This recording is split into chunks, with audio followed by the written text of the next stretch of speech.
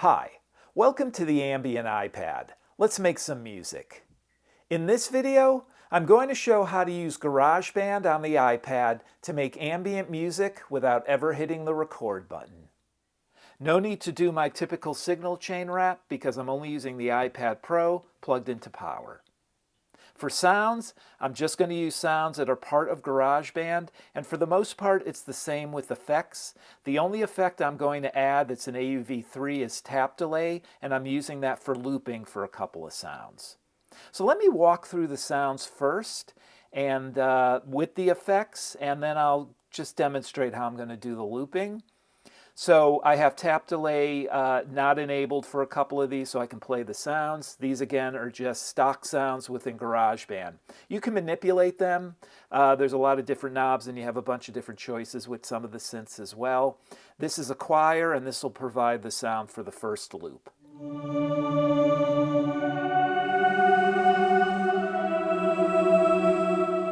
And I'll also enable tremolo occasionally for that.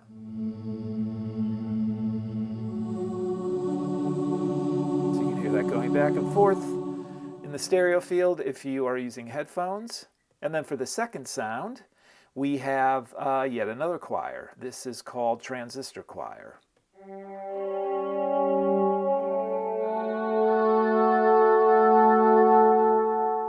And I can turn on phaser for that as well, which I'll do while I'm making the second loop. So here, just a light phaser there. And then for, lack of a better term, lead sounds over the loops, I've got another couple of GarageBand sounds or keyboards. And I'll demonstrate here how you can use kind of some of their different presets to get different sounds. Let me turn all these down because I'll be manipulating those live. Adds a little bit of a sequence effect. Some sample and hold on the filter. So you can really change the sound just with a couple of knobs. And I'll use this as a solo sound over the first loop. And here's a second sound. This one gets a little bit louder. So I'll probably have to turn that down. So both those sounds I'll be using over the first loop. And then when I bring the second loop in, I'll move over here. And there's a couple of sounds here. These are more pad.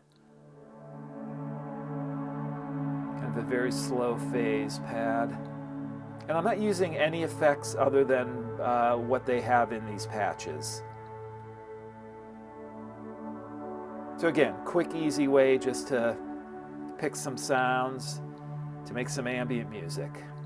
All right, need to have that a little louder, but that's okay. And then I'll use a second sound here, which is even bigger. Really kind of a classic string synth sound. And that's pretty much it. I'm going to be doing some looping. I did mention in the intro that I'm not hitting the record button. That's true on GarageBand. I am screen recording. I'm not using record in GarageBand for the simple reason that when you hit record in GarageBand, it essentially freezes the screen. You can change keyboard sounds. You can use whatever knobs are available here. You can raise the volume up and down. But I can't go back to the effects and turn them on and off. As you can see, everything is kind of locked here. Now, the ability to manipulate the sounds is easier with the instruments that come in GarageBand because I can turn the knobs, I can do things. If you're using an AUV3, and I've shown this before, so using other synths that aren't the Apple ones, Moog, whatever it might be, then everything really freezes. You don't even get the keyboard look. It brings up whatever the input screen is for recording. And that to me is the biggest downfall of GarageBand. I do enjoy it. But the inflexibility of things when you're in record really kind of hampers it. So for this jam, I'm really just using this as a live tool, and no different than I would use 8 Matrix for. And to be honest, 8 Matrix is a lot more flexible for those kind of things. As I'll be showing when I'm doing the loop, there's some other idiosyncrasies that I just can't get. I can't figure out and I can't get around. So you have to just kind of make those part of the music. So why don't I just quickly demonstrate a couple of little loops and then we'll just get into the jam. Let me make sure that tap delay is on. And let me just layer some stuff quickly just to get the loop going. Okay, let me get in tap delay. So my initial input is much lower than the loop sound because I have the wet dry mix at 70%. I've been experimenting with that. That has an impact on the repeats. And also because I will be using tap delay on the second sound for the second loop, for some reason there's a link, so you can link the instances of tap delay together and then control them from one. I don't have that on, but it still seems like the first instance of tap delay is controlling everything. What I mean by that is if I then go in and let me add a second loop. Actually, tap delay is not on, so let me turn that on.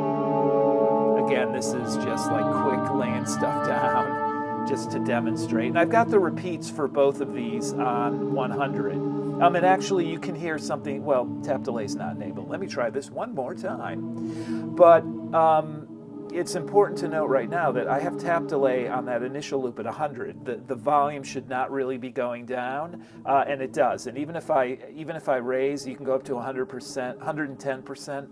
For the feedback, the volume over time is still going down. But let me add in the second delay.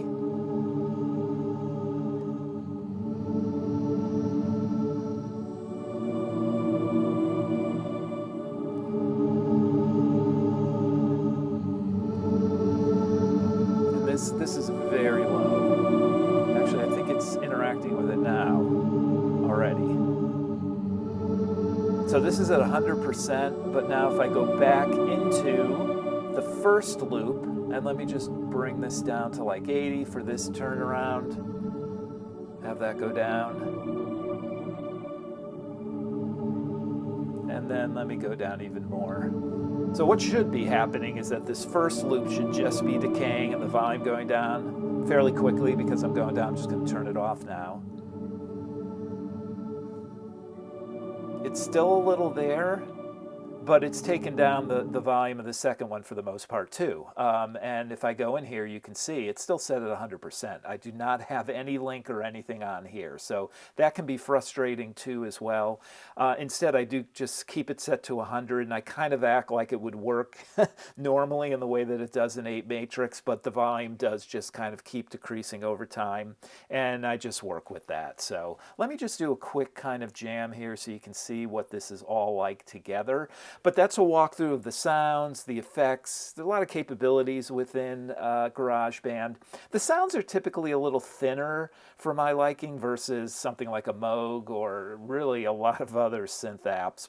And I have overdrive here. I had it on, but it just doesn't beef up the sound the way I wanted to. So I'm just kind of rolling with it the way that it's just here stock. So go back over here. Bring that, whoops, I got to bring that back up to 100%. And let me just check to make sure that, yep, we're all set here. So here we go with the jam.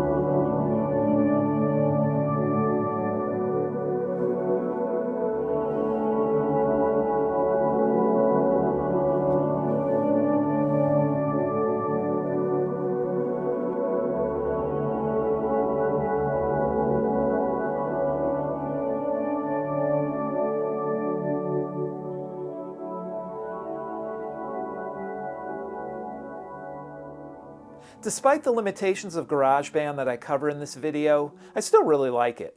It comes on every Apple device, it's well integrated within the Apple ecosystem, and it has great sounds and capabilities too. The main downfall for me is once you hit that record button within GarageBand, it severely limits the ability to interact with the controls. So I used it more like a live performance tool with screen recording, similar to the way that I use 8-Matrix. Thanks for watching, thanks for listening, and good luck with your own music.